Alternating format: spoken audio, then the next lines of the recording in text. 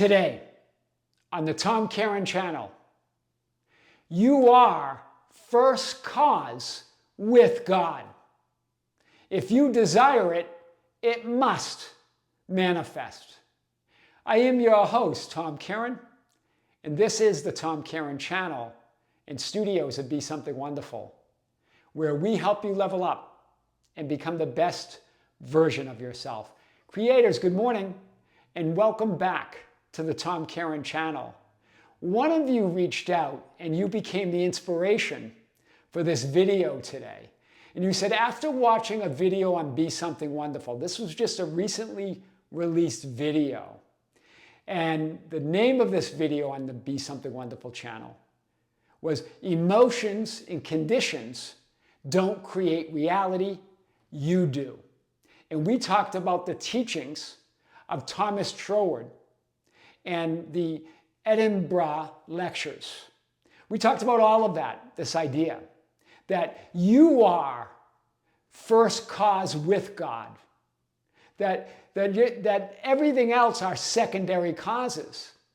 And this is what this particular creator mentioned. He said, Tom, I've heard you say many times that if you desire something, it must exist as an absolute fulfilled reality here and now. That you wouldn't even be able to desire it, or think of it, or assume it, or affirm it, unless it existed right now. But I always felt a gap between that and the manifestation of my desires in my physical experience. And he goes, and I tried to fill that gap by trying to imagine things in a state akin to sleep, by trying to affirm, trying to think better thoughts, feel better, all of those things, all of those processes and techniques. But it never seemed to happen for me. Now I understand, after watching that video, this is the one where emotions and conditions don't create, you do. Now I understand that I am one with first cause. That I am the relative first cause as the center of that one divine mind, as the physically focused center of all that is. And he mentioned this because within hours of watching that video, he heard from his specific person. He said, no contact for 4 or 5 months. And then suddenly she calls him. He goes, I know now that it's not only that if I desire it, that it exists as an absolute reality within me. Because the idea is, remember, non-existence doesn't exist by definition. So if you imagine it, if you think of it, if you assume it, if you affirm it, it must exist as an absolute reality. He goes, but it's more than that now. Now I know that because I am one with first cause, that I am the relative first cause, that if I desire it, it must manifest. So we're going to even go further here. Yes, if you desire it or think of it or even imagine it, you couldn't even do any of that unless it existed as a reality within you. But not only that, if you desire it, it must manifest when you know yourself as first cause. This is very powerful, this idea that there's one divine mind, and you are the center of that. You're that focused, individualized center. As you create a certain subjective identity of who you are, you manifest your entire life experience. Dr. Joe Dispenza said your personality creates your personal reality. In other words, your subjective identity, who you say you are, what you believe is true or the truth of who you are, creates your entire life experience. But many of us say, okay, then I've got to really affirm things or change my thoughts or look at or ignore the 3D circumstances or conditions or imagine my wish fulfilled in a state akin to sleep to impress my subconscious so it accepts my desires of who I am and I can manifest everything I want. But hear this, that greater subconscious and your subjective identity are one. The power is identical. What makes the difference? That when we think about our subjective identity, we think of it from a limiting perspective. We think about secondary causes of thoughts and feelings, appearances, trying to imagine our fulfilled life in a state akin to sleep, trying to impress this consciousness that seems outside of ourselves. But you're one with it. That one universal subjective mind, first cause and source of all that is. It's impersonal and it's deductive. In other words, it's all possible personalities, all possible subjective identities. It doesn't distinguish itself in any way. That's what gives it that insane power. And it's deductive. In other words, it accepts all suggestions as the truth or true. It doesn't have a mind or a will of its own. It's your will, it's your mind as the center of it. It doesn't have a certain preference or intention. It's all things. In your subjective identity, you, that physically focused you, who you say you are, that power is identical. You are relative first cause. You're first cause. But because you're a physical, individualized perspective of it, you're a relative first cause. Relative to only what? To the field itself, to the Father, to all that is. But you're one with all that is. There's no separation. I and the Father are one, but the Father or the field is greater than any relative perspective or viewpoint that I could have. Remember, the universal mind, that great subconscious, what we call the field or the Father, it cannot personally act on its own. In other words, it doesn't personally act on the plane of the individual or the particular mind. Otherwise, that would strip it of its power.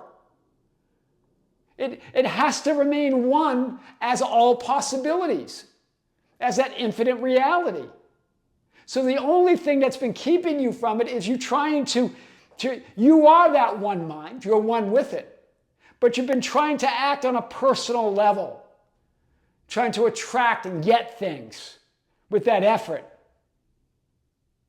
But it wouldn't be the infinite absolute power if it acted on that. So what's the bridge between your personalized focused perspective, personality in this physical experience, in this infinite creator that you are, this infinite reality that you are, the true you? Well, the bridge, therefore the bridge, the directive power of the physically focused you, because remember, you direct that greater subconscious. But when we try to direct it from our own idea that we're a limited personality, we suddenly feel powerless. We strip it of that power. Remember, you can never strip it of its power, but you can create that experience. Therefore, the bridge, the directive power of your physically focused you, the conscious mind, in the bridge to that infinite power or source that you are, that universal subjective mind, is your personal share in that universal one mind of God. Your personal share is your subjective identity. But your personal share is not just a part of it, it's all of it. The power is identical. So it's just you knowing yourself now as relative first cause. But trying to flip thoughts and feel better, and trying to ignore circumstances and appearances and all of that stuff. Even trying to use processes and techniques as a way to manifest things keeps you on that individualized plane of perspective. Instead, allow all those techniques to be just permission slips for you to know yourself as that relative first cause right now. Wow. Remember, that subjective, that power that you are, the field of the Father, doesn't act on its own will. In other words, its will is that you have and are everything. Its will is done. It doesn't act on a personal level of your desires. That's why in Scripture it says, Father, if you are willing to remove this cup from me, yet not my will, but yours be done. Jesus, when he was at his lowest point there, the night before the crucifixion and all of that. If you could remove all of these negative circumstances and conditions of suffering, but not my will, yours be done. In other words, it doesn't act on a personal level. This is about you. Right? Father is the field. Right? That's the same thing.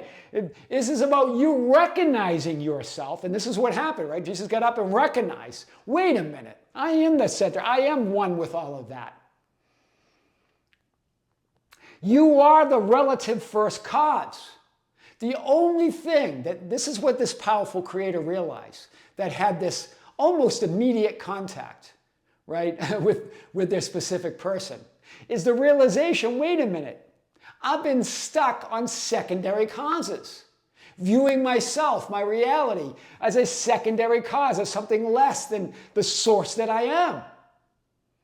I am that relative first cause. This came from that video on the Be Something Wonderful channel.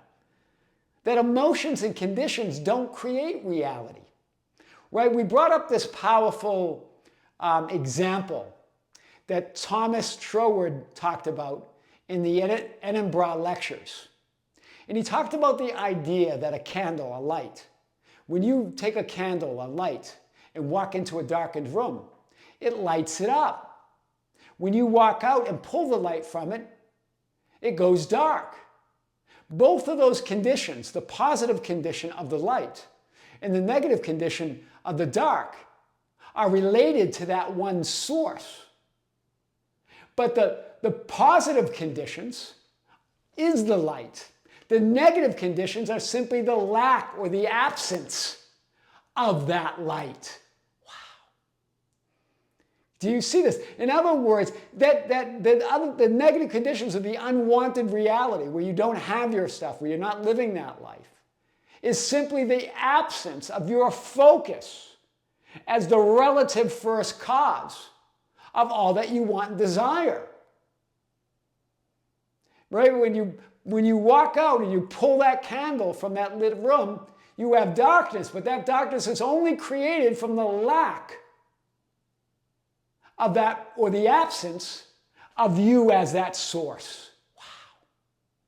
When you start messing around in secondary causes and don't see yourself as source, that's what creates that experience over and over again of feeling that your desires are not manifesting.